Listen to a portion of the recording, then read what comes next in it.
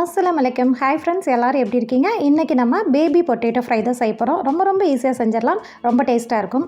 இது செய்யறதுக்கு baby potato fry நான் ஒரு 1/4 கிலோவுக்கு மேலே எடுத்திருக்கேன். இதில் கொஞ்சமாக உப்பு, மஞ்சத்தூள் சேர்த்து பாயில் பண்ணி இந்த மாதிரி தோலை உரித்து ஒரு ஓரமாக வச்சிடலாம். இப்போ ஒரு பேன் வச்சு ஹீட் பண்ணிக்கோங்க. ஒரு 3-4 டேபிள் ஸ்பூன் போல் ஆயில் சேர்த்துக்கோங்க. இது கூட 1/4 டீஸ்பூன் போல் கடுகு, கொஞ்சமாக உளுத்தம்பருப்பு இல்லைன்னா கடலைப்பருப்பு, ரெண்டில் ஏதாவது ஒன்று சேர்த்து தாளிச்சிக்கோங்க. கூடவே கொஞ்சமாக ஃப்ரெஷ்ஷான கருவேப்பிலையுமே போட்டு தாளிச்சிருங்க. இது கூடவே நம்ம வேக வச்சுருக்கிற உருளைக்கிழங்கையும் உள்ளே சேர்த்திக்கலாம். இது ஒரு 2-3 நிமிஷம் அப்படியே அந்த ஆயிலே ஃப்ரை ஆகட்டும். இது கூட நம்ம ஒரு மசாலா அரைச்சிடலாம். ஒரு மிக்ஸி ஜாரில் ஒரு 2 டேபிள் ஸ்பூன் போல் பொட்டுக்கடலை, ஒரு 2 பல் பூண்டு, கூடவே கொஞ்சமாக கருவேப்பிலை சேர்த்திக்கோங்க. காரத்துக்கு தகுந்த மாதிரி மிளகாத்தூள் நான் 1/2 டீஸ்பூன் போல் சேர்த்துருக்கேன்.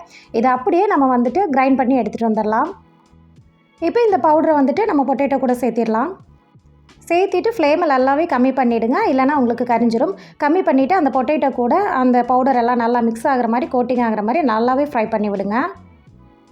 உப்பு செக் பண்ணிவிட்டு பத்தலைன்னா இந்த ஸ்டேஜில் நீங்கள் சேர்த்துக்கோங்க. ஏன்னா ஆல்ரெடி உருளைக்கிழங்குல நம்ம உப்பு போட்டிருப்போம். உங்களுக்கு கொஞ்சம் பெரிய உருளைக்கிழங்காக இருந்தால் நீங்கள் ஃபோர்க்கு வச்சு லைட்டாக அங்கங்கே குத்தி விட்டிங்கன்னா உங்களுக்கு நல்லா மசாலா உள்ளே வரைக்கும் போயிடும். ஒரு 3-4 நிமிஷம் ஃப்ரை பண்ணிவிட்டு ஸ்டவ் ஆஃப் பண்ணிவிடுங்க. அவ்வளோதாங்க, சூப்பரான பொட்டேட்டோ ஃப்ரை நமக்கு ரெடி ஆகிடுச்சு. ரொம்ப டேஸ்ட்டாக இருக்கும். ரொம்ப சிம்பிளாக கூட செஞ்சிடலாம்.